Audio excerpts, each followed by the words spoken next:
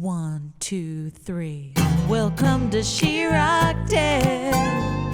This is the place where ladies are talking about the ways we're blazing our trails and the things that put the wind in our sails. Hey, it's Karen from She Rocked It.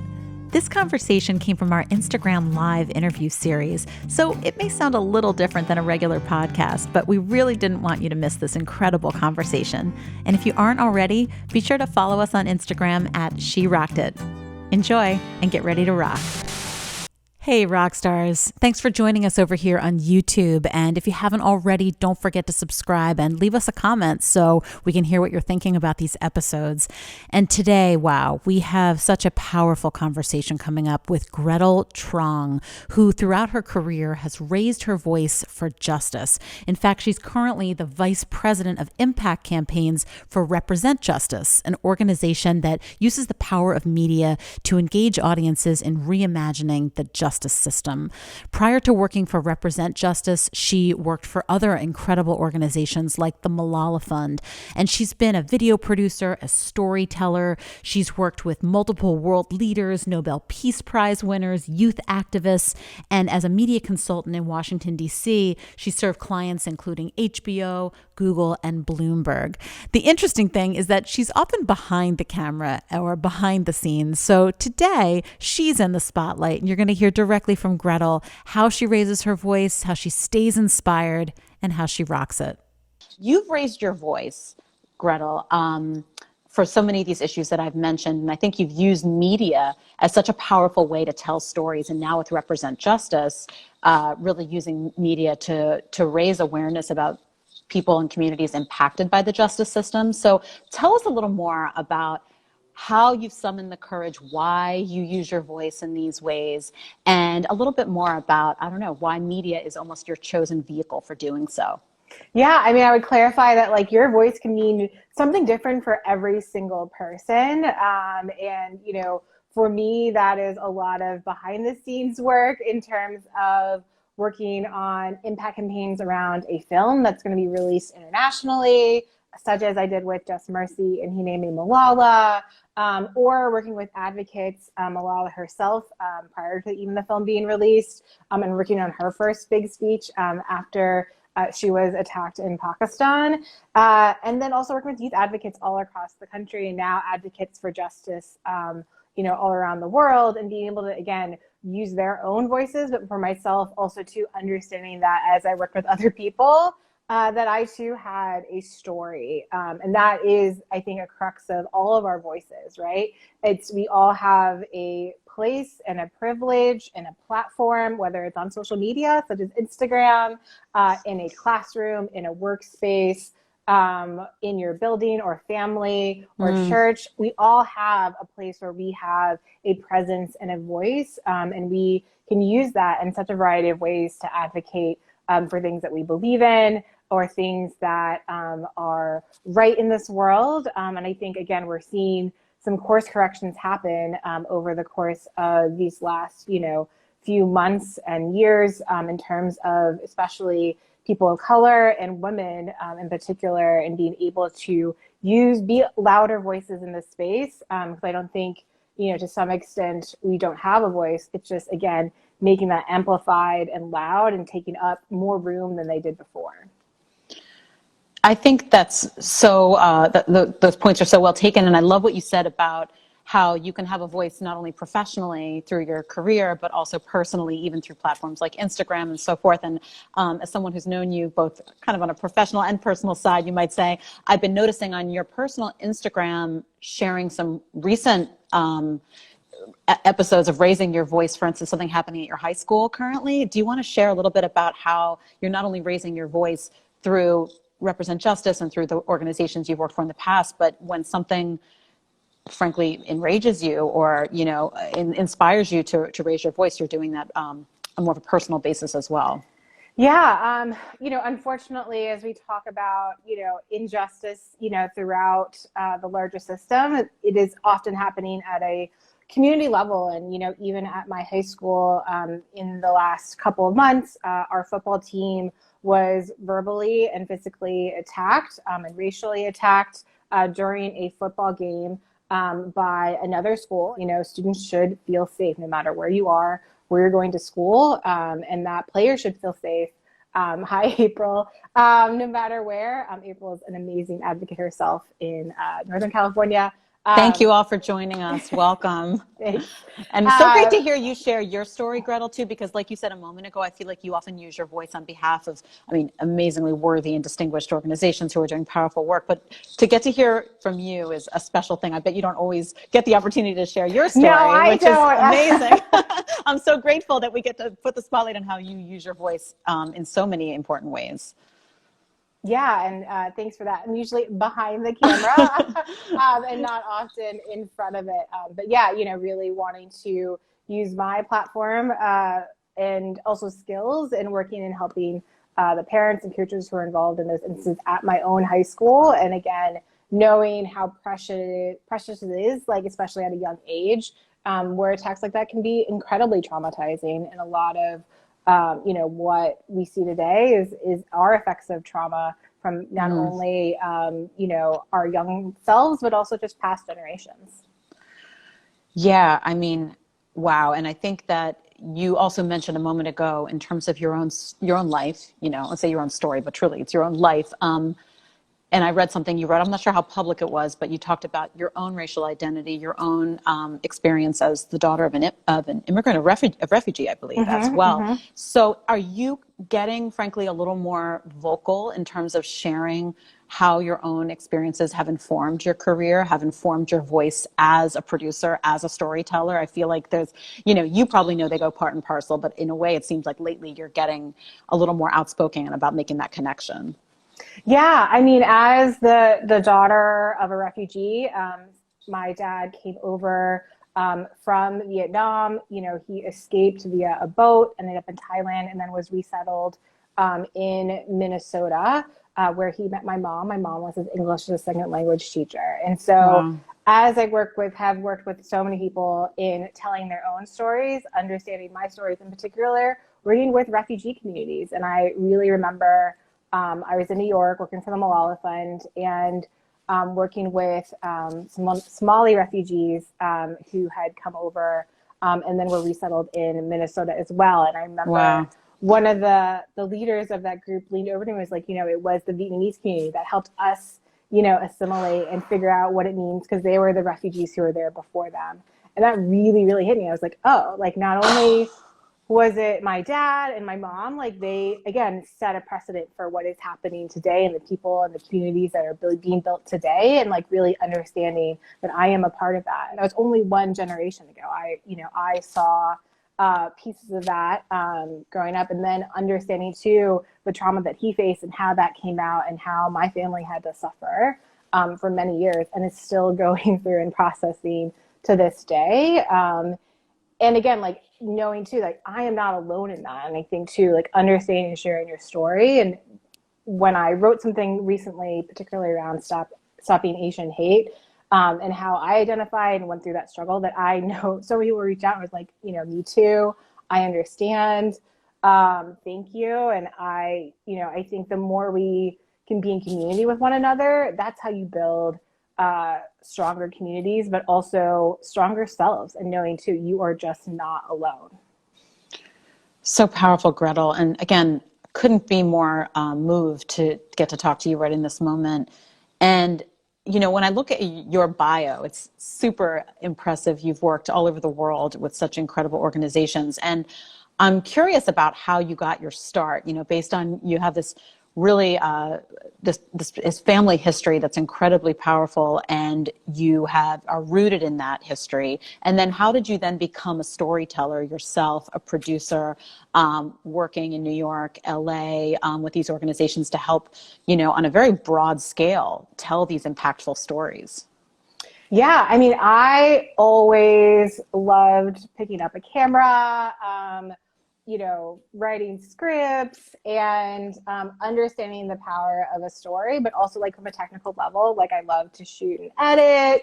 I love sports. Like I think one thing from my childhood, my mom would always call me if there was a montage on TV. So like, I love that good, powerful music and like highlight reel. And, you know, was fortunate enough to go to college and study film and media at the University of Virginia. And then, you know, ended up in DC working on a pilot for PBS, and then working for a media firm. And then honestly, my favorite clients were not the big paying ones, but the ones that we were doing pro bono, and they were nonprofits. And I was like, oh, like this is what I like to do. I can use my skills, my abilities to, again, make louder noise for certain issues or causes. And so then I had the great distinction of being asked by then former Prime Minister Gordon Brown and his wife Sarah Brown to move to New York City, help open up an office for them, and through that met Malala. No big deal. No. Okay. Amazing. Yeah. Amazing.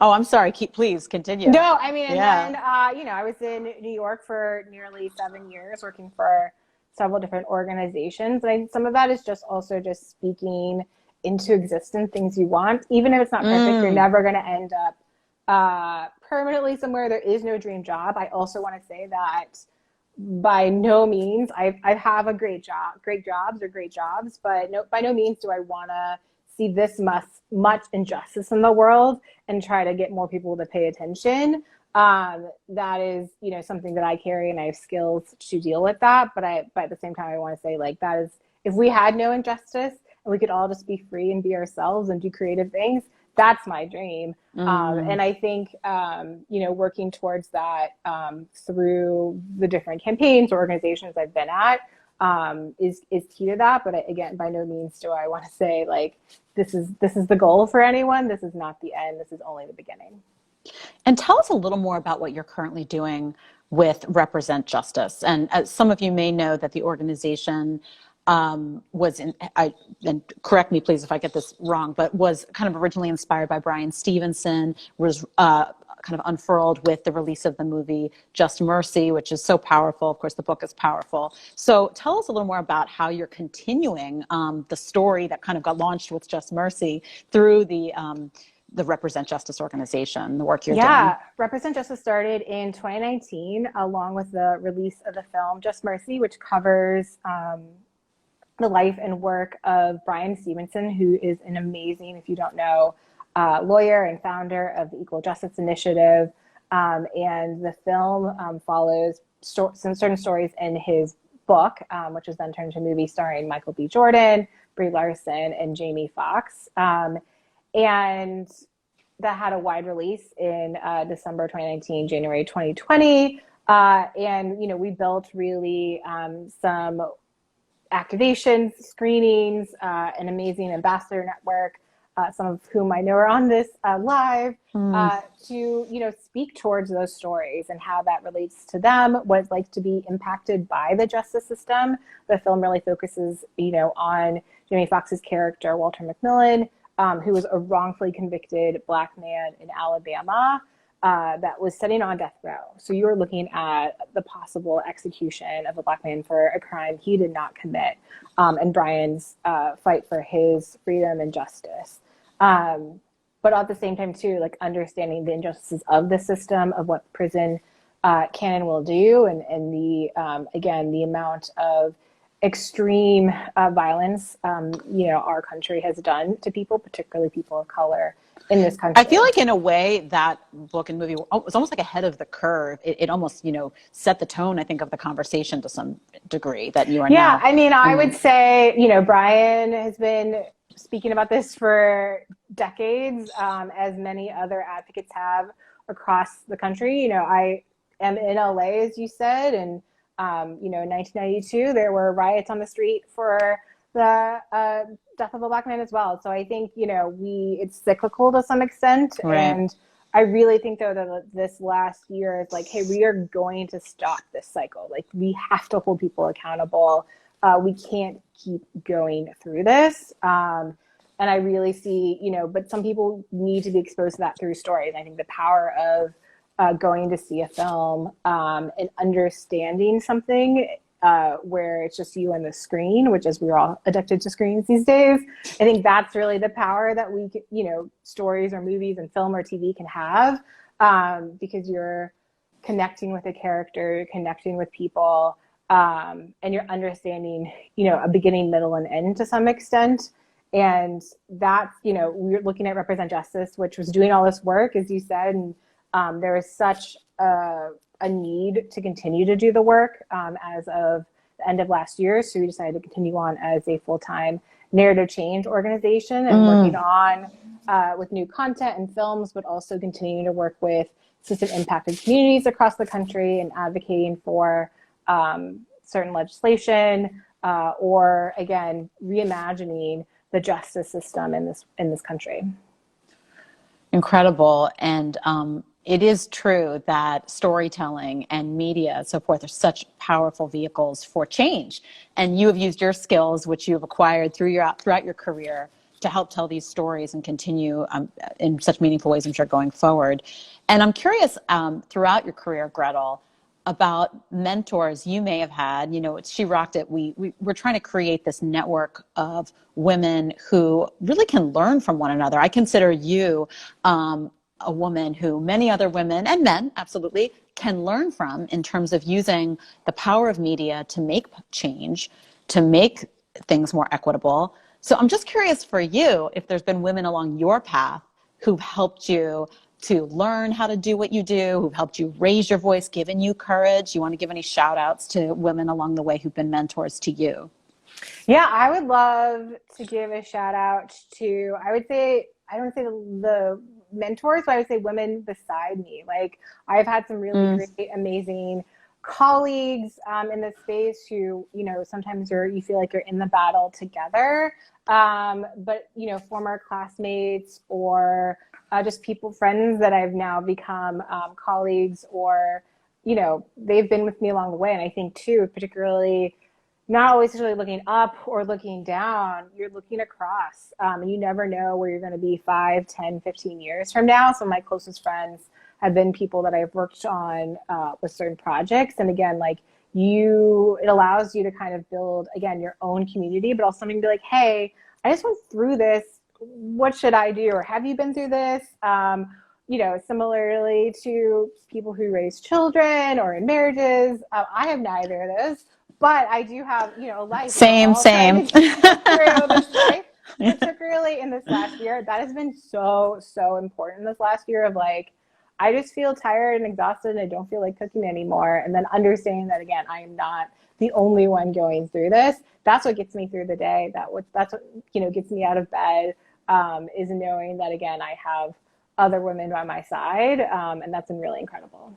I love that. I love that idea of it's not like above, below, but it's across. I love how you said that it's really that network of peers and colleagues. And that's really interesting. I feel like, as a producer, someone who does, works in the film space, so forth, I do feel that women are still kind of underrepresented though in the work that you do. And, with Oscars and other, finally we're getting some female directors in the mix and so forth. Can you speak to that at all? I mean, because it was interesting what you said a moment ago about you love the technical side. And as someone who's been in the music world myself, I'm a writer and musician. I always feel like on the technical side, I see more men who are engineers and producers and behind the board and so forth. And for you, are you finding are there more women in the world now who are your colleagues? I mean, that's great. I'm inspired by you hearing that I'm inspired by hearing that you have these women colleagues. So let us know what's going on in that space. Yeah, I mean, I would not say it's been like that all the time. I worked in sports media a bunch. I was often the only woman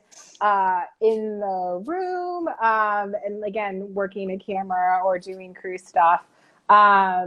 But I think too, in terms of producing or being in the impact entertainment space, I think that is changing, that is pushing. I think I would shout out Ava DuVernay and many others, Issa Rae, who've done some really incredible work to, again, say, hey, I'm going to create space for myself, or we are not going to use the same system. And obviously being in a city too that was highly affected by Time's Up, and Me Too, is saying, hey, we are going to create healthier working environments which was also interrupted by the pandemic, and saying that, you know, this is unsustainable. And I think that helped jolt it. And I'll be really, really curious coming out of in 2-3 years. And I also say for things like big things like film and TV, like often the results are 2-3 years later, because that's how long it takes to produce something. Interesting, it's not right? going to be overnight, right? But we'll see those results, you know, coming down the pipeline. We see the results this year. I think even with the Oscar nominations, where we have 2 female directors, you know, nominated, and again, that was I think a lot of result of what was happening 2-3 years ago, and making sure that, you know, scripts are being funded, projects are being moved forward. And there's a greater inherent trust, but also too, women being promoted and being able to do those green lights. That's super interesting. I never thought about that kind of 2 or 3 year lag that for the change to kick in, but that completely makes sense. And do you find, in terms of being a woman storyteller, that the perspective is different, or in terms of how women look at the world? Why is it important for more women, in your opinion, to be behind the camera? Yeah, I mean, you know, we're half the population. Why are we not, you know, at least 50% of the representation of what we consume? And I think, you know, in terms of being female producers, we're looking at, you know, film, TV, media, again, looking at our screens all day long, that women's voices should be reflected in that, represented in that. And again, that creates greater compassion, community, empathy. Not to say that women are the only ones capable of that, but I think it allows us to be seen. And I think a lot of what we're seeing is how important representation is, which again, a lot of us may not have understood, or have only seen for a flash and then revert back to something we may have been taught or socialized. And I think too, some of this is just, we grew up maybe with only understanding white male superheroes, and then we're slowly being able to change. It's like, oh, women have a power and a voice too. And that's why it's a really big deal to support those types of films, and understand too that there's an economic power to women too. You know, we have the same skills and capabilities. And again, some of that is also just changing the system of how people get hired, and how stuff gets greenlit, and where, you know, money is being invested. Wow, that's so valuable to hear that. And I when you said the word superhero, I'm like, you're a superhero, really. Like, the work you've done has been so meaningful.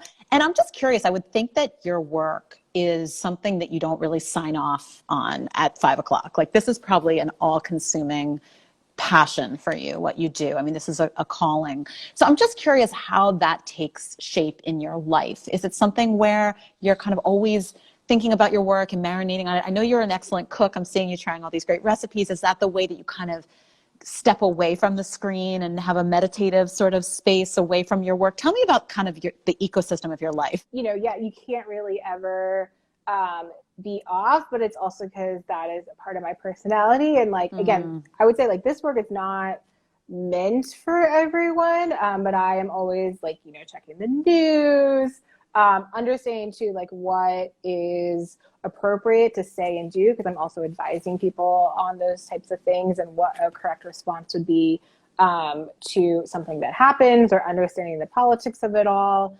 But in terms of like turning off, I think one thing that I, particularly having been on the East Coast and in New York City, that I really, really enjoy doing was going to theater, and going to see live theater. And I know that's part of your life as well.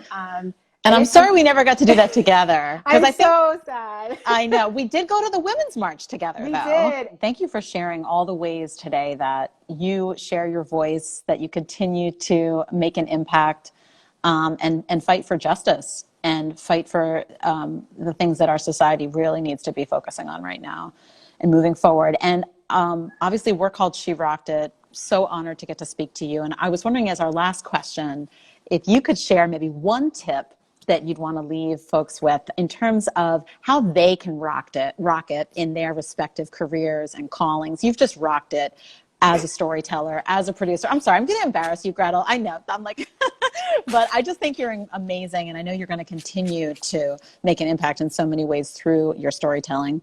So what's one tip to ROCKED that you want to leave with us today? Yeah, I mean, I would say, know your own place and privilege, in the world, but at the same time, learn about others, and understand, take a moment to watch something new, read something new. And if something moves you, figure out how you can do something about that. Know what's going on, not only, obviously in the world, and we can get super big and understanding the great scheme of injustices in the world, but also sometimes know what's going on in your backyard, know who your elected officials are, and talk about people with that in the community, in your family, your friends, in your group chat.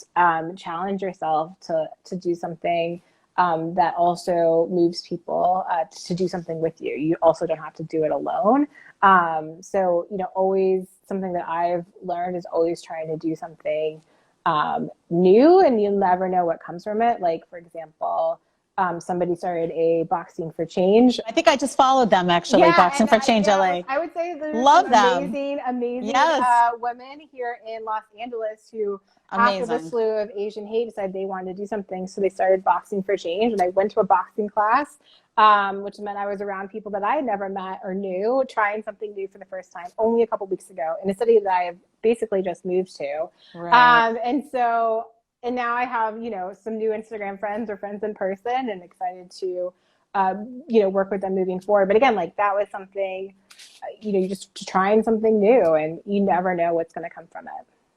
It's true. And let's just remind people how they can find out more about what you're doing, and how to just hear about how you're raising your voice both professionally and personally. Tell us how to find you and all the great work you're up to. Yeah, if you want a lot of food pictures, theater pictures, film pictures. Like mouth-watering food pictures, like dangerous. Don't look at her feed if you're hungry. My personal handle. If you want to learn about, how to represent justice in the United States or in your own community, follow @WeRepJustice. And we'll also provide tons of other things to watch and do, and stories of amazing people across this country.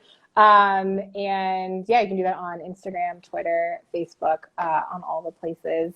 But yeah, again, appreciate just this opportunity, and congrats, Karen. I know what a monumental effort it is to organize an IG Live. And so congrats for keeping it going.